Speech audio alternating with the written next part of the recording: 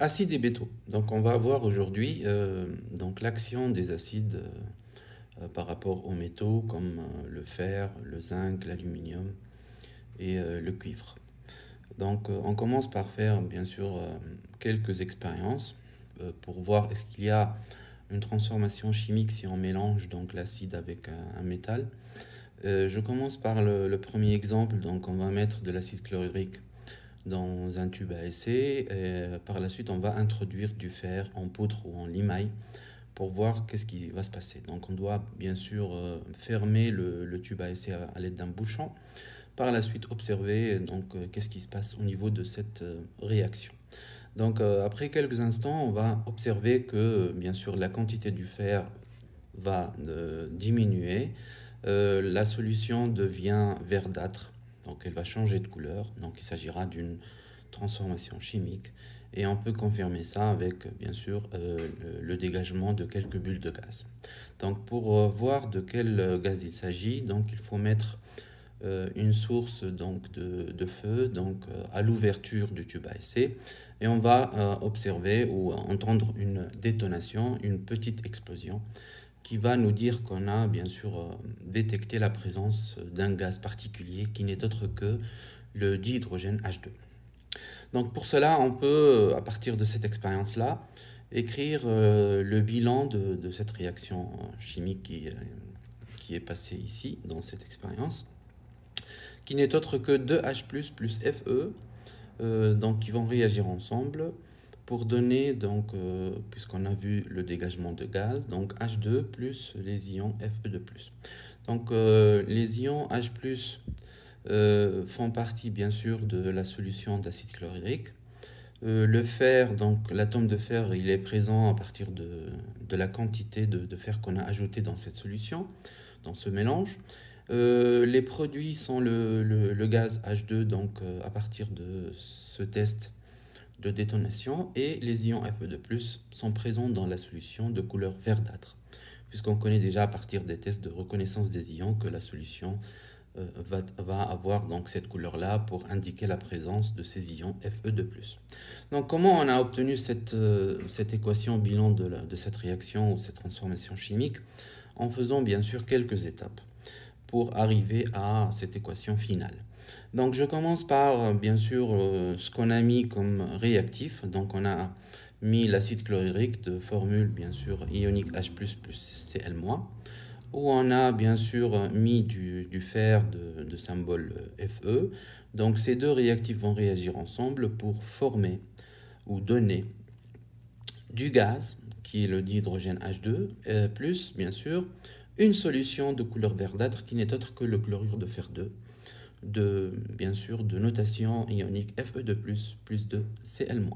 Donc on a ici en rouge l'équation globale de cette transformation chimique, mais par contre elle n'est pas équilibrée. Donc il faut bien sûr tenir compte de la conservation du nombre d'atomes et des charges électriques. Donc pour cela, on doit l'équilibrer en ajoutant un 2 juste devant l'acide chlorhydrique pour avoir le même nombre de charges et d'atomes de part et d'autre dans les réactifs et les produits.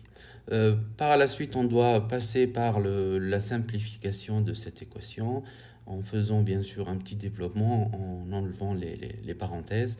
On aura donc cette équation de H+, plus 2Cl-, plus le fer. Ça va donner le gaz H2 plus Fe2+, plus 2Cl-.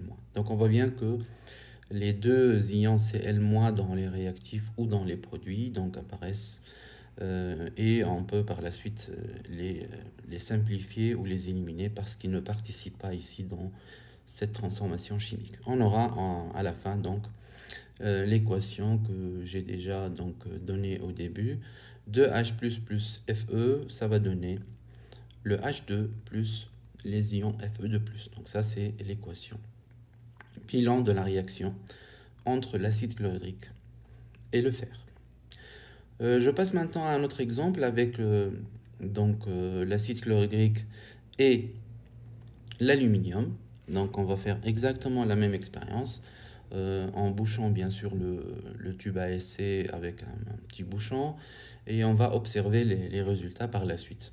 Donc on aura une solution trouble et un dégagement de gaz et bien sûr une consommation d'une quantité d'aluminium. Donc il s'agit maintenant d'une autre transformation chimique qui va nous donner présence à un gaz qui n'est autre que bien sûr le dihydrogène, puisqu'on observe la même chose en approchant du feu à l'ouverture du tube à essai. Donc on va donc obtenir une petite explosion donc, qui s'appelle ici la détonation.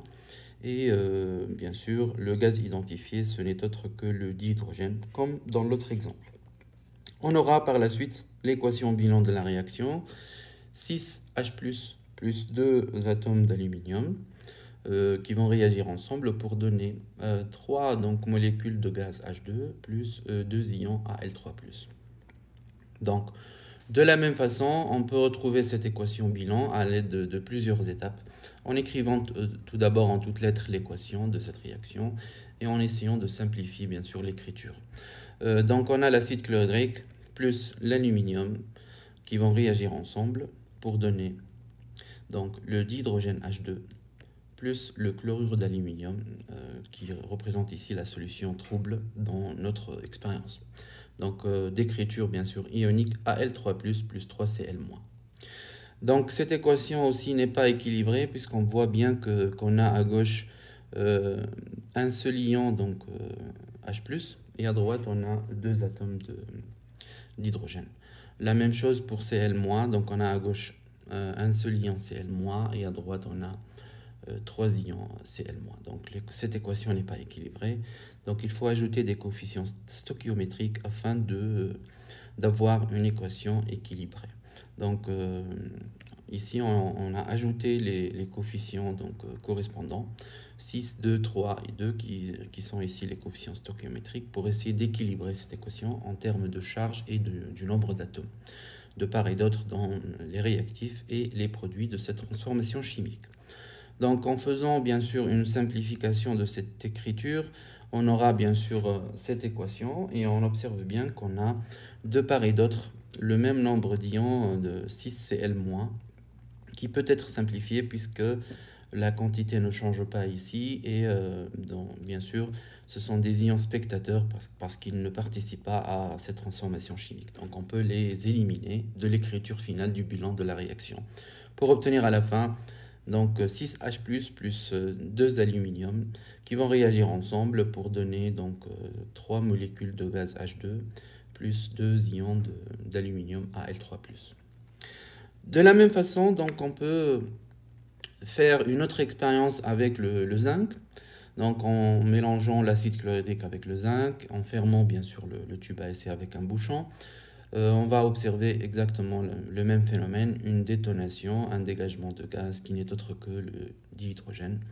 Et à la fin, de la même façon, on peut obtenir l'équation bilan de la réaction qui nous donne donc 2 ions H+, qui vont réagir avec le zinc, donc solide ici sous forme d'atome, pour donner ou pour former du gaz, donc H2 plus des ions Zn2+, qui vont se trouver dans cette solution trouble dans le deuxième tube à essai.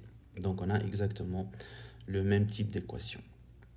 Et terminons avec le dernier exemple, avec le cuivre. Donc si on fait la même expérience, donc en fermant le tube à essai avec un bouchon, en mélangeant l'acide chlorhydrique avec le cuivre, donc on va rien observer ici, en comparant bien sûr cette observation avec les expériences précédentes.